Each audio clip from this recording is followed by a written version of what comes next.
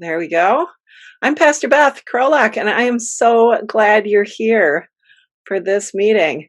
Father Tim and Pastor Laurie and I, and more recently Audrey, have been talking about this vision for a new ministry in Eyota, a gathering place for everyone. And so I'm just letting one more person in, and we're going to begin with prayer. So let's pray together. Good and gracious God, you bring us together tonight to look at possibilities. Remind us that you are a God of possibility, that you offer abundant life for all people. Help us to be clued into how that can happen through us and in us in Eyota. God, we ask your guidance as we hold this conversation tonight and explore what you have in mind for Eyota. Amen. We're going to begin with Father Tim talking about the vision for tonight. We're going to go on then to Audrey, who's going to tell a little bit of the history of the food pantry that's already exists in Eyota and how that's been playing out and how it might work into what we're looking at for the future.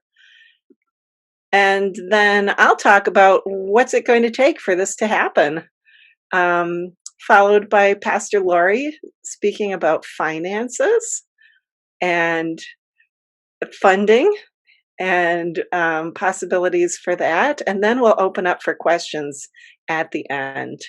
This will probably work better with the number of people we have if we stay muted during the presentation portions. And maybe save up your questions for the end, or you can put them in the chat feature as well during the meeting. So, Father Tim, take the floor. You'll need to unmute yourself.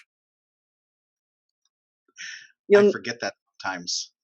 How's everyone doing? It's so great to be with all of you. So grateful to see you and know that you are present on this Zoom. I've been in the community for about 3 years now and really grateful for all the ways that the community already does phenomenal things.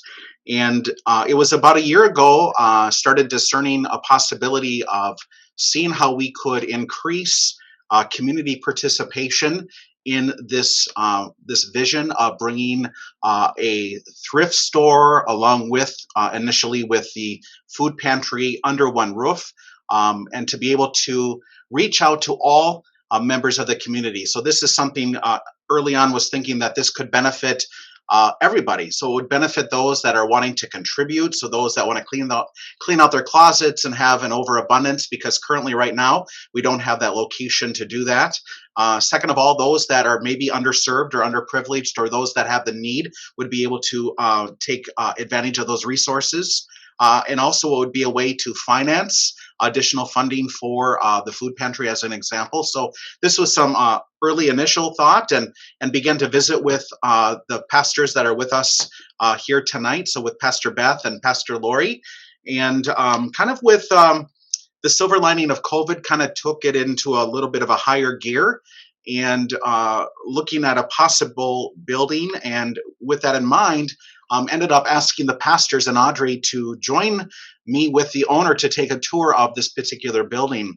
And it was interesting because in the midst of the tour, right away, this is how the Holy Spirit, I believe, works, is that Pastor Laurie said something almost immediately the same time that I had said it as well, and that this would be a perfect place also for the coffee shop.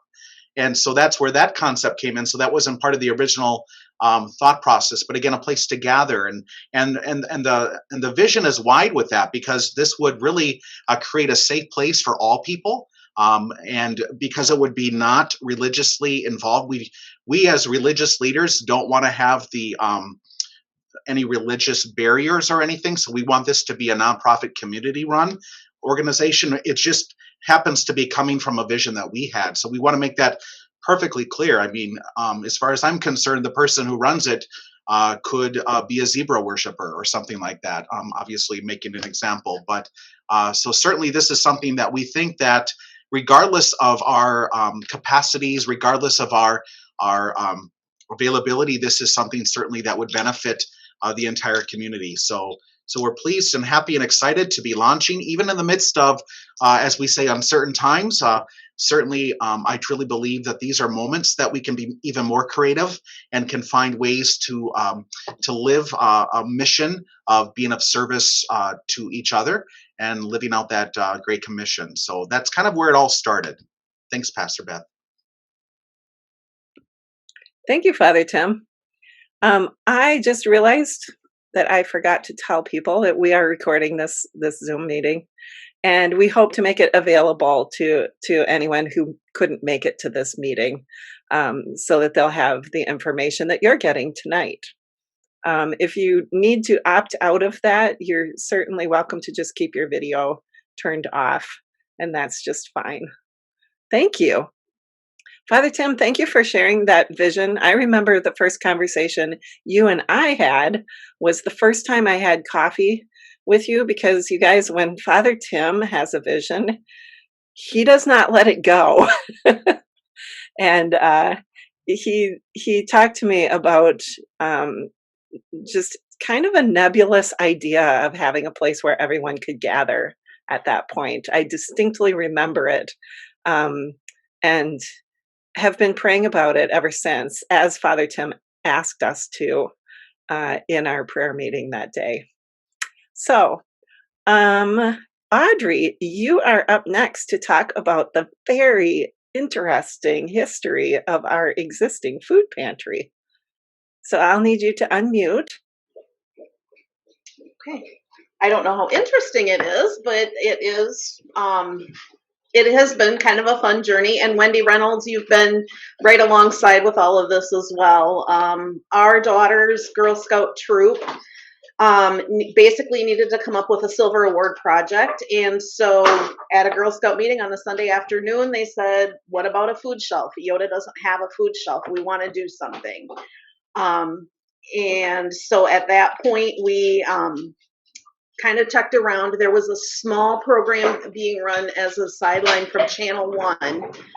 There was a backpack program that this elementary school social worker had the names and contacts for individuals who needed extra help.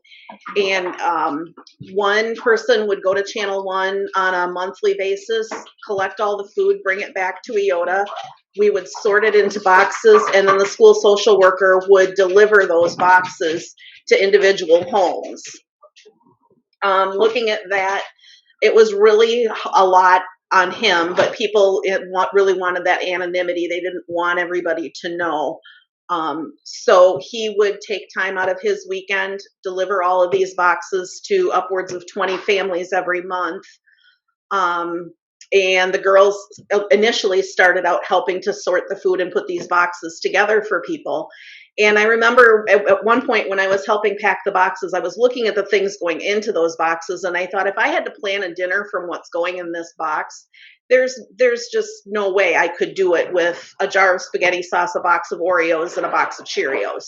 You know, it just wasn't something sustainable. So with the insight and the enlightenment of the Girl Scouts, we said, hey, why can't we do this better? Why can't we do this different? So the girls went to the Eyota City Council and proposed the idea to them. Kylie, Abby, Jaden, and Emily, and got approval from the City Council to move forward. We spoke with the Church Council for Holy Redeemer and identified some space that we could use to set it up. The girls made arrangements and reached out to numerous church organizations, business organizations, groups within the community to get interest in sponsoring a month of food donation for the pantry. And within the year, we had it up and running. Can we go next slide? So each girl spent about 50 hours working between the school social worker, Peace Lutheran, the City Council, Holy Redeemer, again, setting up the location or reaching out to different organizations in the community. And then they cleaned out the space and threw a lot of garbage away and did some more cleaning and started collecting food, started the process of sorting everything. And the food pantry was born. We opened in September of 2017, so we just celebrated our 3rd anniversary. We've been self-sustaining in that time. We rely on donations from the community and from several businesses and organizations. We started out being open on the 3rd Sunday of the month. We recognized pretty early on in the process that we needed to have a group of people that was going to keep this going. So Wendy and I reached out to people and invited them to be a part of the pantry committee. We get together on the 1st Monday of the month to kind of decide what we need to make sure that we're reaching out. How do we reach those people that need to contact us for food? And so while we're there on the 1st Monday of the month, we decided to have it open for community use at that time as well. At the beginning, we probably saw around 15 families a month. Right now, we're seeing anywhere from 10 to 15 families when we're open. It kind of depends. Some days we'll just see a few. Other times we'll be busy the entire time we're open.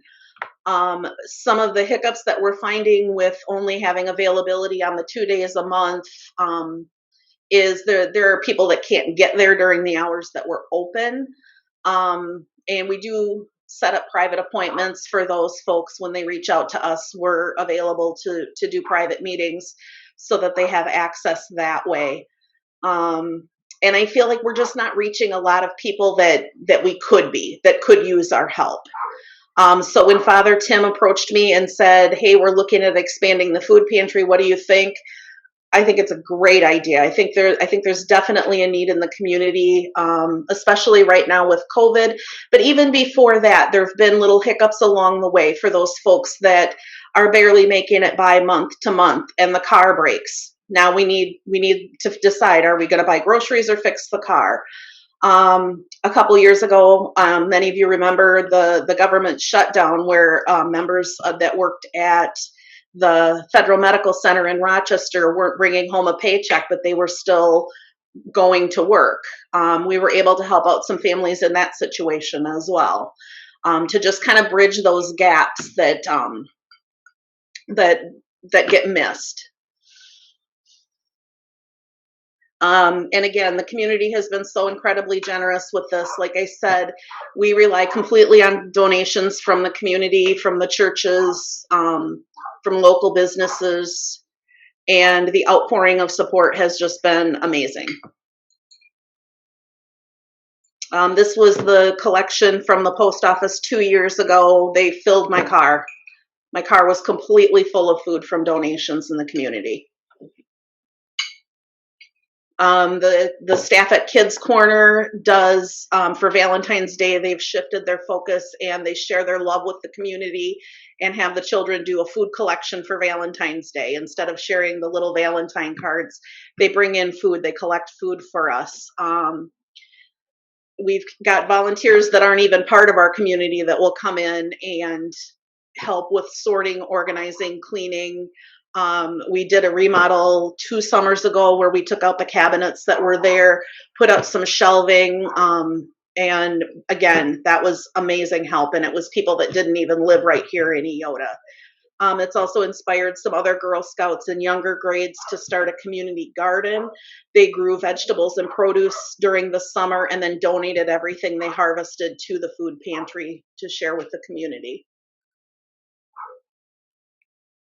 And you can see these are just some pictures of different collections and the sorting. We check all the expiration dates. We sort everything and get it on the shelves so that it's easy to access, easy to find.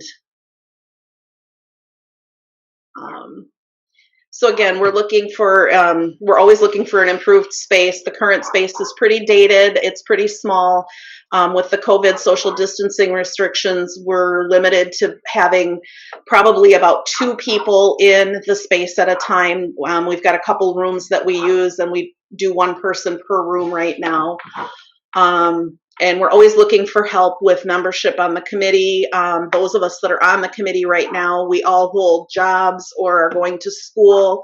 We all have families that we're looking after, and so as much as we try to put it into the food pantry, our ability is limited as well by these other things.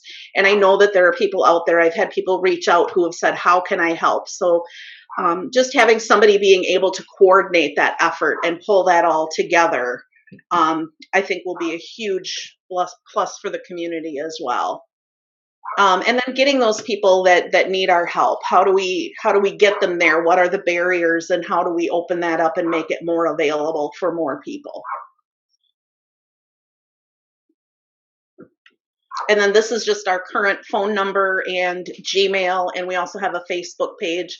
I think most of you are probably on that already, but if if you can share this information, if you know somebody who needs a hand, please freely share this. We want to reach those who don't know about us or who aren't sure how it goes. We currently don't require any paperwork. We don't make you prove anything. We don't make you sign anything. If you come, it's because you need to be there, and we want to help you.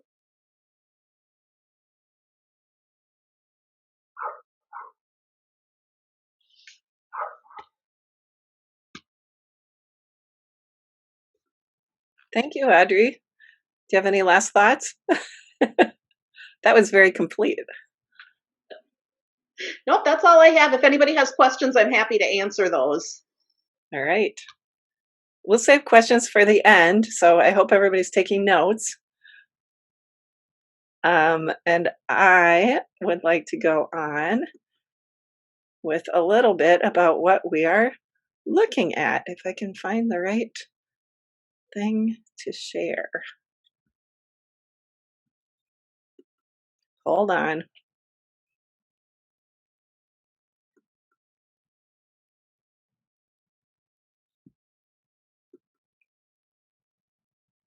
All right.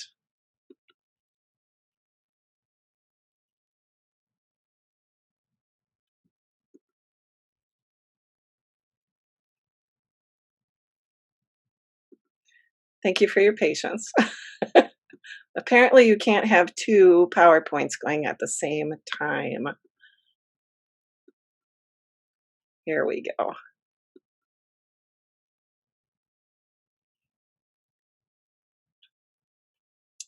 All right. So we are looking at a new opportunity to have hopefully a coffee shop, a thrift store, and our Eyota Food Pantry in the same place. And this is the place that we've found. And it's at the corner of Front and Center Streets. Most of you probably already know more about this building than I do because you've been around maybe a little longer. But this is the spot. As you can see, it has some really nice windows in the front, and on the side it does too. It has a loading area along the side where you can pull it up and actually back in to unload the food. And also that would be a separate entry for our guests who are coming to pick up their food, so that not everybody will be coming and going from the front door. There's also a little parking area behind the building. You can't see that in the picture here, but that also would be a benefit. Inside, it's been renovated, and this is the area that is right inside the garage door that we imagine being the food pantry space. You can see it, the dark area to the left of that door.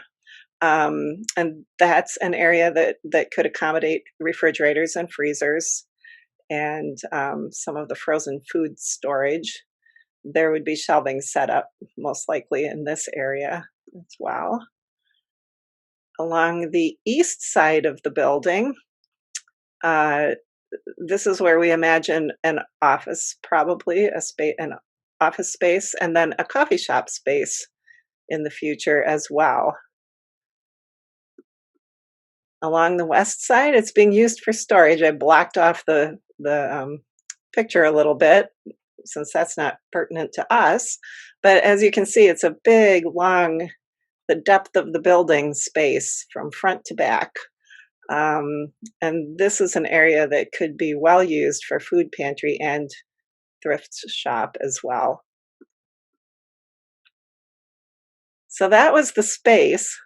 And now, thinking about what this is going to take and imagining what could happen in that space, um, there's going to be some people power involved. And so we've kind of listed out some initial volunteer opportunities that we have thought of.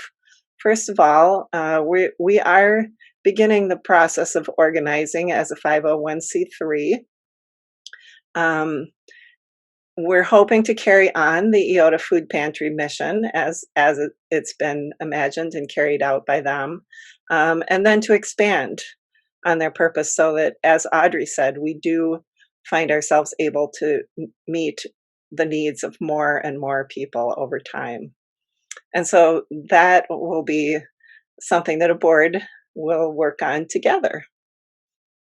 After that, then we'll have 3 different areas for volunteers to get involved. The food pantry, of course, and we would hope to have an on-site manager volunteer who can keep things going, as well as a volunteer coordinator, somebody to coordinate appointments or be the contact person for the public to call. Many times, guests who are receiving food prefer to come separately at a different time than when the food pantry is open to the public. And that's been an important outreach for the food pantry. And then just kind of constant cleaning, organizing, checking expiration dates that happens in the food pantry. In the thrift store, we can see the need for a manager and or volunteer coordinator. And then all of the things that you probably already know if you've ever been to a thrift store are part of it: sorting, stacking, organizing, cleaning, keeping things tidy. Those would be for somebody who maybe has worked in retail or has experience with sales in a retail setting. And then the coffee shop, a manager and or volunteer coordinator as well for that area of the outreach. And then we imagine volunteer baristas being trained to serve the coffee um, and to connect with people, because baristas always do connect with people. Um, and then we also see that as being a place where community resources could be available, so that people can connect with whatever their needs might be, whether it's somebody needs help with house cleaning, there's an agency that can help with that. We know that for our overall purposes, we're going to need people to make calls and make connections with community supporters. We really want this to be a community effort where nobody's left out.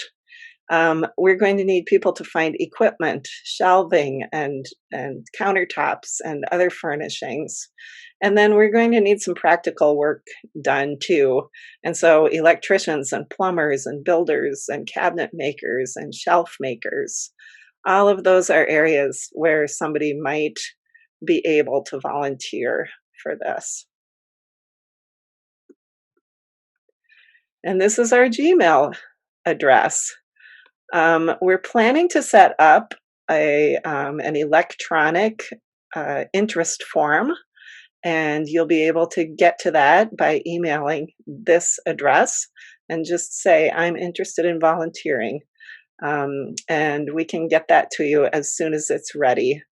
That'll also be put out on our Facebook page that's going to be developed.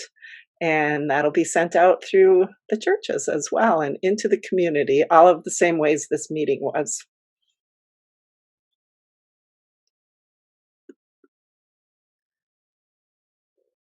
So there's a lot being imagined and thought about and dreamed about, and I just don't know where some of it is going to go, but it's so exciting.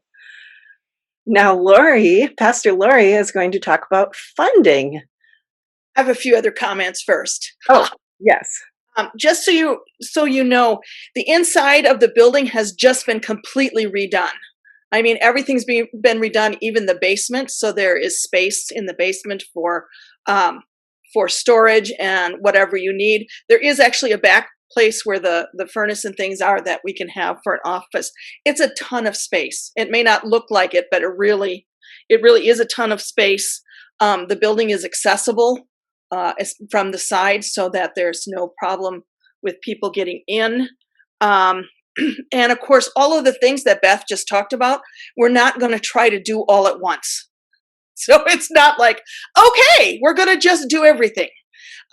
We obviously are going to start with the food shelf pantry and get that up and running in a new space, and so that people could start realizing this is where the space is and whatever. The space that we want to have is a coffee shop at some point. If we don't have somebody right away to do that, we can just make it into a gathering space, because all of you know that your churches have tables and chairs in them that could be donated to a good cause, so that there could start being a gathering space, whether it's for kids after school, or if it's for your knitting group or your Bible study. Donna, what did somebody say? Somebody said something like a knitting group. Anyway, so yeah, so there's all kinds of uses for it before we get into even doing the second and third waves of things. Pastor Beth has talked to the city of Eyota, and they're very excited about this, and they have some great thoughts of where we can get some help, even with the shelving and whatever. So we are taking the time to really reach out to all of you and beyond, but also to reach out to people who can help us get up and running, so that it's not just a few people who are trying to bear the burden of this. The new nonprofit is called Front and Center Inc., cleverly, because we're at the corner of Front and Center. It will be a completely separate entity from any of the churches or anything else, but we're already incorporated, so we're on our way. And what we're looking at is a period of about 6 months where we can get things to where they're operational, completely operational, including, getting the electricians in and getting Wi-Fi in, getting more plugs in, moving the food pantry over, all of those kinds of things. Meanwhile, we're writing grants. So if you're a grant writer, we have a lot of work for you. So let me know if you're a grant writer. Woohoo! And we're going to look at, because places like Bremer Trust, the Otto Bremer Trust, has money available for these kind of community projects. And that could be a sizable chunk for us. But again, we need to, why this is all happening right now is this is when the building is available. This is when we can take advantage of this. In order to do that, we have to sign a lease, which means we have to pay some rent. And the rent is very reasonable for the first 6 months to help us get up and going, but it's still going to cost money. And so we want to look at this as a community project, and we want to invite people to give on a monthly basis, if that's what they like. Give us one time, say, okay, how much do you need this month? We'll cover it, whatever, and even more so, if you can identify some people that might be able to do that, that's really, really going to help us out. The other thing we really are going to need in all of this right away is board members. We have some people who are already signed up, saying they're ready to go, but the board of this nonprofit has to get going in order to make some of these other decisions that's going on. So if you, like Beth said, there's going to be a way for you to give us your interests, but that is one of the area that's going to be right away. Let's see, what other little notes did I have? I know that I have talked to the leadership at Faith Church, and I think that we will be able to give some of the mission money towards this project. Not a ton, but I think that there also would be a lot of volunteers that might be interested in this kind of project. And so what we need is for all of you to be ambassadors and say, oh, this is a great idea. This is going to give Eyota a gathering place, something new, something we can all look forward to. Because you know what, right now, I don't know about the other pastors here, but right now, well, what are you going to do for Christmas? I don't know. I don't know what I'm doing, and so there's nothing sure, but here is something that is sure and concrete that can not only help our community, but it can be a gathering place to bring us together and have all kinds of events. I mean, if we get the coffee shop going at some point, we can have people make a little music group and come in and do it, or have a karaoke night. I mean, the possibilities are endless. And the fact that for us, God has really been involved in bringing it to you right now. And I think mostly so that we can all have something to work toward, to hope toward, and to really feel like, there's going to be an end to what's going on now, and we can all be together. Now, if you'd all like to just write me a $2,000 check, that would be great. But, whatever. Again, use that email. If you would like to donate, we're looking at probably right now having Holy Redeemer be our fiscal agent until we get our identity number and things. But that will be shortly to get everything up and running. And you've all been so wonderful with the food pantry. And I think that the message is not out there about that, because people think of food shelves that, okay, first of all, only people who are desperate go there. And two, that you have to be on an aid program or something. I think that we really have to work on getting that message out that it's for anybody, anybody at all who needs it, it's there. And once we get into the new building, then there can be new hours as long as we have volunteers who are willing to be there. So say, you take the 4 to 7 shift and you can be there for the food shelf, but you can also be there to watch the gathering space so that it can be open and lighted and be a place for people to gather. What I leave out? Anything, guys? Tim? Go. Father Tim raised his hands. Yes, he did. Does that mean I get to go? Yes. Well, again, great presentations, and I apologize, Pastor Beth, for leaving some of those details out originally. And I just want to get back to making sure that we understand we're certainly not putting the cart before the horse when we have that building. It really did become a godsend and an opportunity there. And when you walk into the building, if you look at those pictures again, what you'll see a lot of that metal. So that might be disconcerting right away for those of us that have been in a metal shed. But the material is actually this, I can't explain the name of it, but it actually absorbs the sound. So you cannot, it's not a loud place. It's a very clean, well done, well organized. It's unbelievable. So it's a historical building. So we are giving credit to those that came before us. And so we're really building upon their shoulders, when they built that building, and it really can become a great, useful building. I also wanted to clarify that that we also did take another tour of the current food pantry, and although the church will continue to donate that building as long as it's needed, it certainly is a disadvantage to those that may think this is a church ministry, and we certainly don't want to get in the way of that. So in other words, that we don't want people to think that they can't come there because it belongs to the church.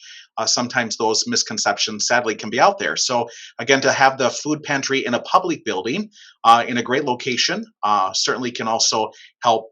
And as we all know, it is a huge traffic flow area, so certainly a great visibility.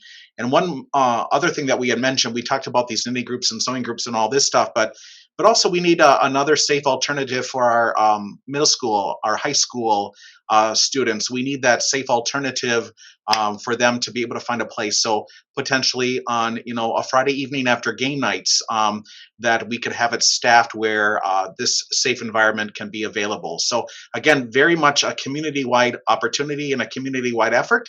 And really, the sky is the limit for what we can do. Thanks, Father Tim. I have people who are trying to come into the meeting, so if I'm a little distracted, that's why. I think they got the information they need. Um,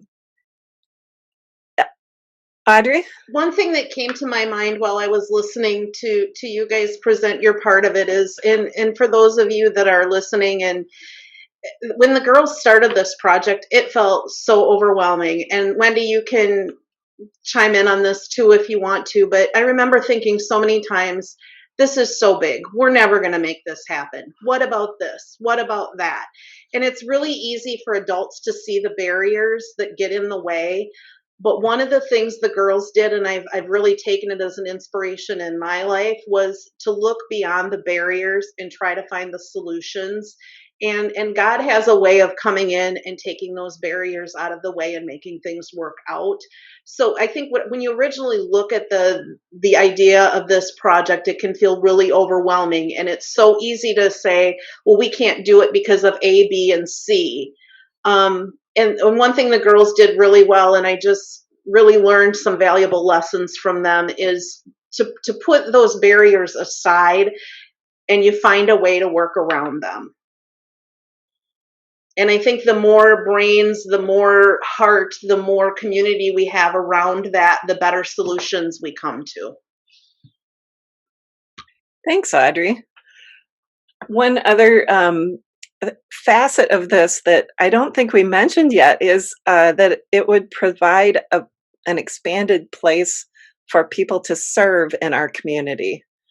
And especially Kathy Enerson, our EDA director, is the person I spoke to who has all sorts of connections for resources. But she also said, please remember, you're providing a place for your community to serve one another, and especially the young people, because that's very much a part of their growing up in a healthy community. And that's something that we can offer too. All right. I would like to open it up for questions. Pastor Laurie, did you have a question? No, I just wanted to also say that service is for kids who need hours, but it could just as easily be for someone who's never had a job and needs job training. I can run a cash register. I can do these things to go on a resume, to go on and get an actual job. So all of those things are possible. And and Beth is right. It sounds like a ton, but all of the slots kind of fit together. And so it's, once you start going, these things are not all separate that you have to be doing at separate times. So that's it. Thanks, Pastor Laurie. All right. I can see somebody waving at me. And I know you're not James, you're Kathy. You'll have to unmute yourself. Do you know how to do that? I will find you on my list and help you out with that. There you are. Oops. Kathy, we are not hearing you.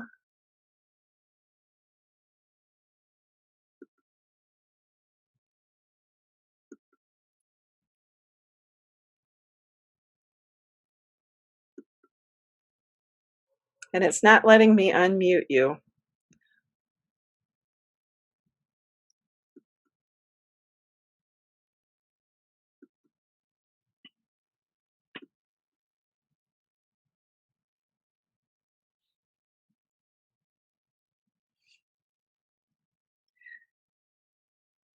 It's probably in your lower left-hand corner. It's a little microphone that you can click on. Or Kathy, you can type it in the chat too. Can you find the chat?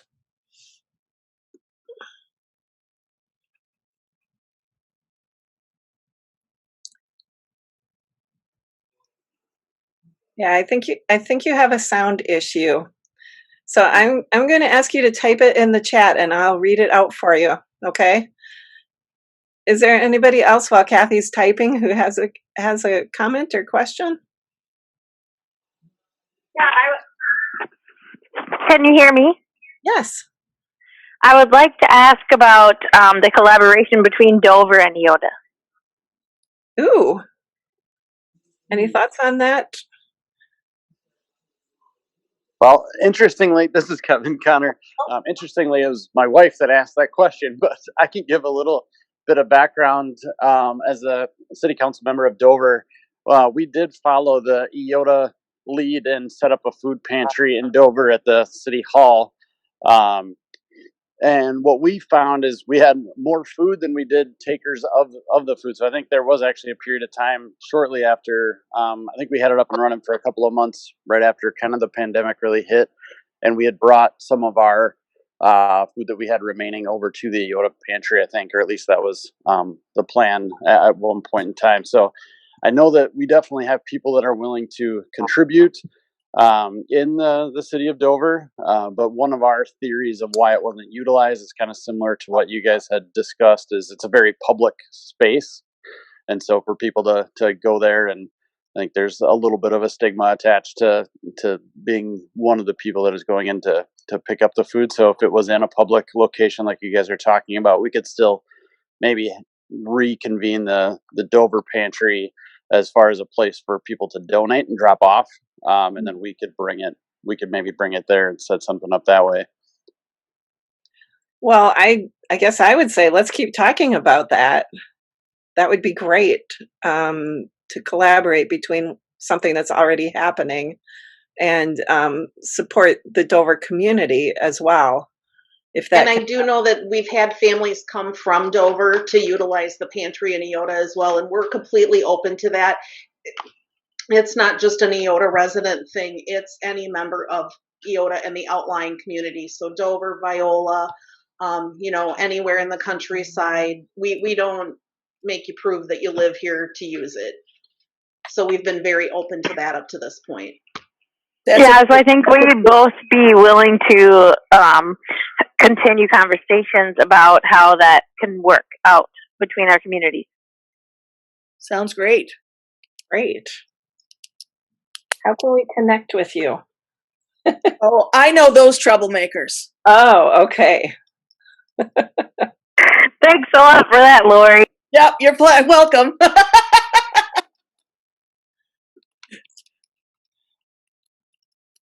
Any other questions? Thank you, Kevin and Melissa. Oh, Kathy's still trying, but we still can't hear you. Oh, she's got tech support moving in. Oh, Wendy. Hello. I wanted to thank you guys for, wanting to expand what Audrey and I's Girl Scout troop had started. So we really appreciate everything that everybody has done so far with the pantry. And then, this expansion just sounds amazing. So I want to thank you all for that. And Audrey, thank you. You did a great job of explaining how it all began. There were a couple things that I've thought of, not to add more to your list of possibilities for the future, but one of the things that the Girl Scouts had really kind of wanted to do at the time of making the plans for the pantry was possibly some kind of like soup kitchen. So I know that the talk is, a coffee shop, which would be great, and I love the fact of a coffee shop. But I'm wondering if that's something that we could do, like Friday nights is, a soup night or, just something. So it's a very inexpensive way for some families to come and get a really cheap and healthy meal. That would be something to think about. Another thing to kind of add to the list, one of the biggest barriers that we have at the pantry is transportation. There are a ton of families that go to the school that, you know, the social worker there used to deliver the food to them. And unfortunately, we just have not yet been able to get those families, several of those families, to come to the pantry. And a lot of it is the transportation barrier. So it's been something that our board has been working on for these 3 years of trying to figure out different options, whether that's, you know, a delivery system. Maybe there's some volunteers who deliver a couple times a month, or maybe there's a van or bus that can pick some people up, because it's not only the families but elderly as well need some of that for the transportation. So yeah, not to add a couple more things to your to-do list and, you know, possible things for the future, but just some things to maybe think about. Oh, those are good things because, like, some of us work from home now all the time, and it wouldn't be hard for me to take a lunch hour to deliver some meals at some point to the community. So yeah, definitely keep that on the radar.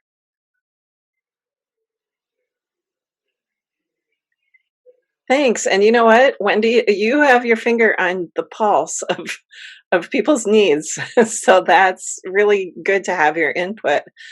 Chris is asking, would it be possible to have activities for senior citizens to do in the gathering area? Bingo nights, card games? Yes, indeed. It certainly would. Great ideas. Father Tim, are you taking notes?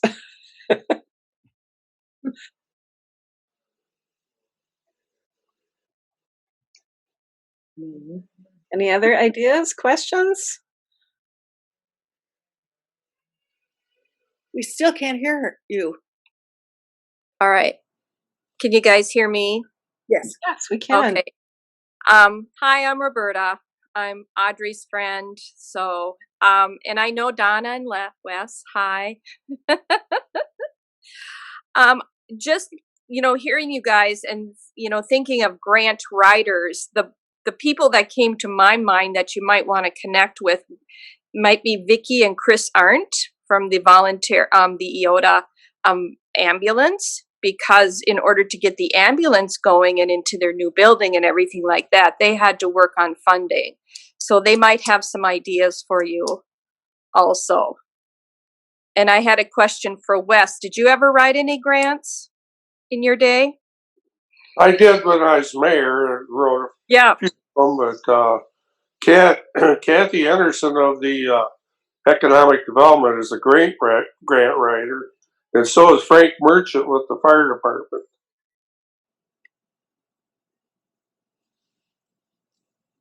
Thank you.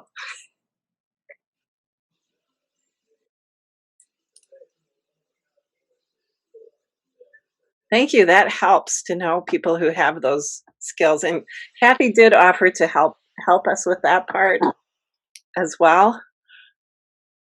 So The city pays her very well. yeah.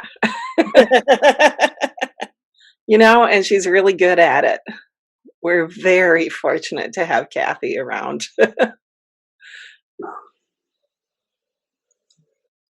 Any other ideas, thoughts, questions?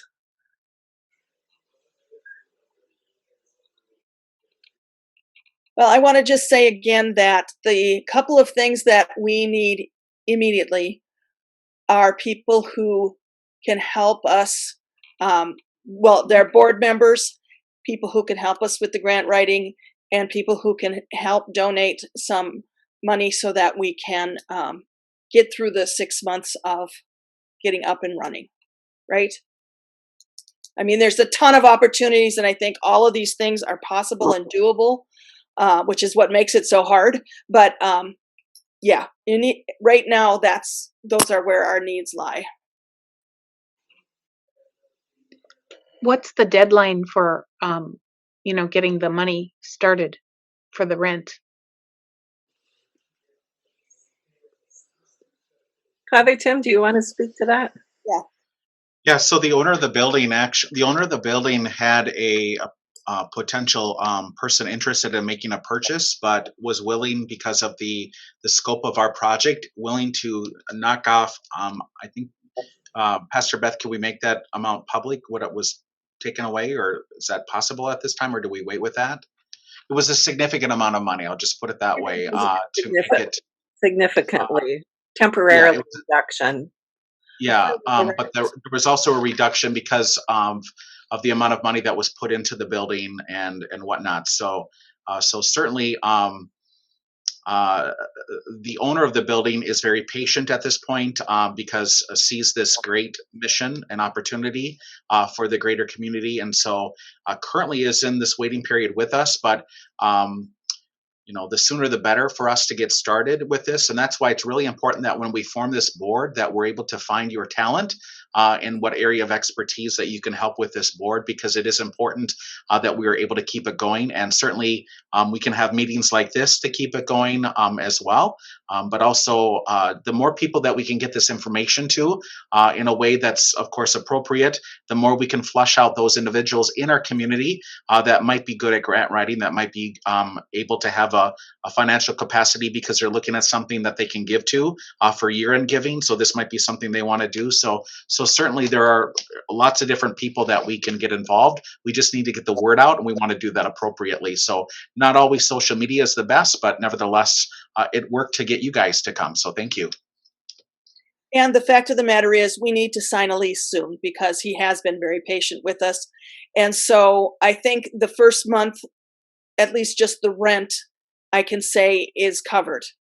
But after that, then we're, with the utilities and again, it's one of those it's one of those back and forth things because we can't get all the information we need until we sign a lease. And if we sign a lease and we find out, how much we're going to need and it doesn't mesh out, then we may be in some trouble. But as Father Tim said, right now our prospective landlord is being really helpful and wanting this to succeed. We have a couple of questions in the chat. One is about the name. Is the name going to be Front and Center Missions? We've actually already incorporated under the name Front and Center. That doesn't mean that that's what the place is going to be named. I think we're waiting for the board to get in place to decide that. Am I right? Right. We are incorporated as Front and Center Ministries, Inc. What we actually put on the building and out as public, that is up to the board. But it is kind of a cool name. Front and Center. But there are other good names out there too. Another question is, what areas of expertise are you looking for in board members? Does somebody want to talk about that? Father Tim or Laurie? Well, it always is good to have board members who have had some experience on other nonprofit boards. We're happy this is for now for our startup. That isn't always the case, because you want to have people who are interested. But we need some people who are passionate about this and are ready to do a little work. Because this is a working board. This is not going to be just give us your ideas and pass it along, because there's nobody to pass along to. But so we're looking for people who have had some experience on nonprofit boards, who have passion in certain areas. We've laid out, the three main areas that we're looking at in terms of services, and you've added all of these different other pieces. So we can envision having people, whose expertise is in marketing or merchandising or working with somebody to find a coffee shop or whatever it is. So I think if you are interested and want to just write a little something about where your passions lie in this, and why you'd like to be a board member, we would love to have that. And that's, again, you can send it to the Gmail address. Tim? Yes, and so as an example, Kathy, you have been involved with for sure at least two nonprofits in the Rochester area. We would love to have you considered to be a board member because of that area of expertise that you already have, so that we don't have to reinvent the wheel. So those are the examples that we're looking for. So those of you that may have that experience, as Pastor Laurie has said. I would say for right now too, it would be great to have somebody who has experience with starting something up, whether it's a small business or a nonprofit or an organization of some sort. There's a specific set of tasks that goes with that we'll be tackling. So that would be great too.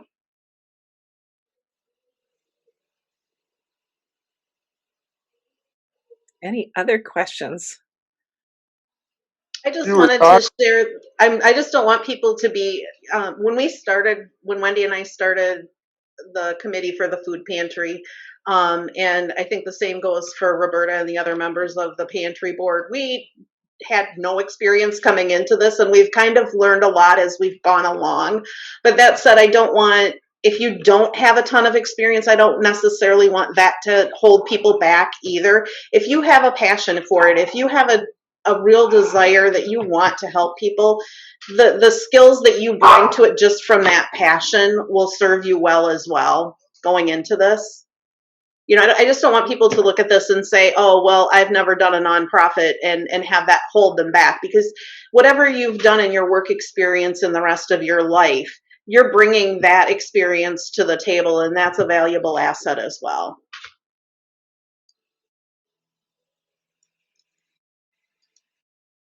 Yes.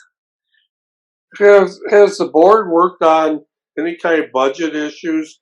I mean, start to lay out a preliminary general budget. Your monthly rent is going to be X for a certain period of time, and it's going to go to X plus N after a certain period of time. Then you're going to have water and sewer bills. You're going to have electricity bills. You're going to have natural gas bills, to see how that's all going to lay out. So you can kind of get an idea for your first 6 months what you're going to need, where you can potentially get some income and capital to start out with. But then after your next 6 months, when you add the N factor to it, i.e. the increased rent, you're going to have to develop more income resources some way, somehow. And you got grants, and you got Dover and Eyota fire departments have money available to help places like this through their gambling proceeds.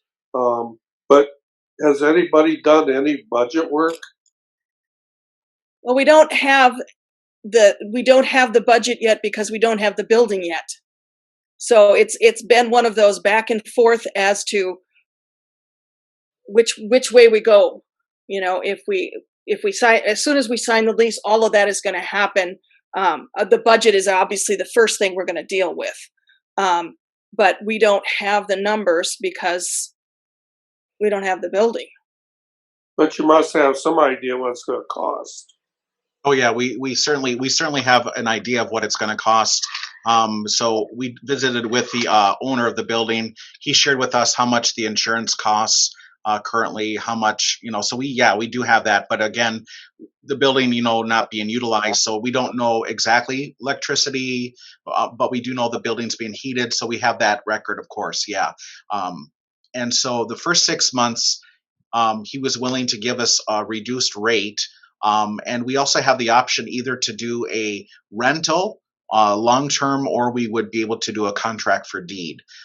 So again, these are all things that we need the expertise of those who have backgrounds such as yourself. You certainly seem to, with your experience and your involvement in the community already in the past, you would certainly be a phenomenal asset to this organization. You should get somebody from the bank involved. Certainly, absolutely. Do you have anybody in mind? You can private message Peace Lutheran Church and let them know.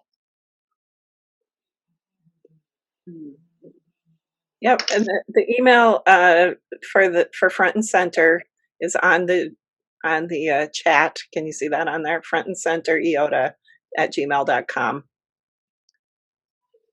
And Bremer Bank is one of the resources that Kathy said, absolutely, this is right exactly where they like their community foundation funds to go. Could there be some kind of electronic way for people to donate money? Of course, Set up like a reoccurring there will be. transfer. Okay. Yep. Once we get an account set up, which has to happen after we get everything else set up. Yeah, the frustrating part for this is that this is a leap of faith to get to this point, and then that's the frustrating part. So we are so grateful for your patience as we flush all of this out, and we knew this was going to happen when we had this meeting tonight because we needed your assistance to help fill in some of those Swiss cheese holes so that we can be appropriate with this and get those appropriate people on the board and get those appropriate things in place. If I can be a little blunt, can I just ask a question of the ministers or who's on the board? How much money do you need now to open the doors and get going? Approximately, Laurie, you had that figured out. I did. Oh, sorry.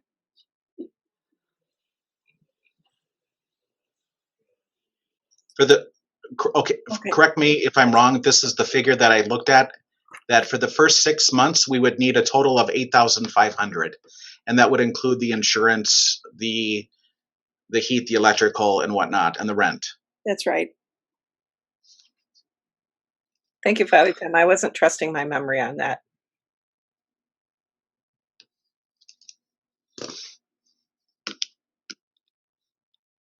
We have all these conversations and we don't always remember what we've put into all of them. So I'm sorry about that. Well, we're in the middle of budget season at churches too. So it's kind of, which budget are we thinking of here?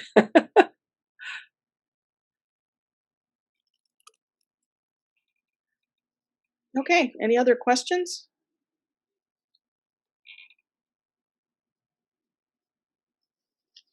All I right. know Audrey has done a lot of work. I've seen her down there doing a lot of stuff, and I haven't seen Wendy down there, but I've seen Audrey down there. You guys have done a great job. That's for sure. Thank you. It's a great gift to the community, and it's very exciting to think of how it can continue. And I don't think you mentioned that the Girl Scouts who started this off are graduating this year. Did you mention that? They are seniors this year. I actually have one of them sitting next to me. Look at you! Two of them. You. So she's very excited to be a part of this and to see this wanting to grow as well. It makes her, oh, is that Kylie? So 2 of the 4 girls are online with us. So that's kind of exciting. And like I said, it was just it was just a real learning moment for me, because as adults we see the barriers, and these girls didn't focus on the barriers. They figured out ways around them to make this happen. So this community has been phenomenal in their support, and seeing the passion to hopefully grow this into something bigger and better is just awesome. Thank you. All right. If there are no other questions, then I think we can wrap up. I just want to say thank you to all of you for being here and for sharing your ideas. Once again, the email address is frontandcentereota@gmail.com. If you have ideas that you weren't able to say during this meeting, or they come to you in the middle of the night tonight, please email them to us. That's what keeps us going, is having those new ideas popping up. And I see a hand up. That's Abby, one of the Girl Scouts. Abby. I just wanted to say thank you to everybody. When we started this out, I personally thought that we would maybe survive for 2 or 3 years, and then we would have gotten to like where we couldn't do much else. And so seeing the support just throughout the community, and now learning that we want to not even like just keep it going, but grow it, is really surprising, and it just makes me really thankful for the community that we have here in Eyota. So thank you all. Thank you, Abby. That's a good note to end on. ending on the new beginnings. Thank you all for being here tonight. As I said, this meeting has been recorded and it will be posted on the Eyota Food Pantry Facebook page and wherever else I can put it. I actually don't know where I can put that up right now, but it'll be on Facebook for sure. Actually, I'll make sure I send it to the churches too, so you can put a link to it. All right. Should they put it on the city website and maybe even their cable channel? Oh gosh, you are full of ideas. Thanks. All right. It'll be out there. So thank you very much. I'm going to end the meeting and we can all do the obligatory goodbye wave at the end of the Zoom meeting. Thank you and we'll see you around. If you'd like to be part of this new opportunity, please contact Front and Center Eyota at gmail.com. We look forward to hearing from you and to seeing what we can do together to make a difference in Eyota and beyond.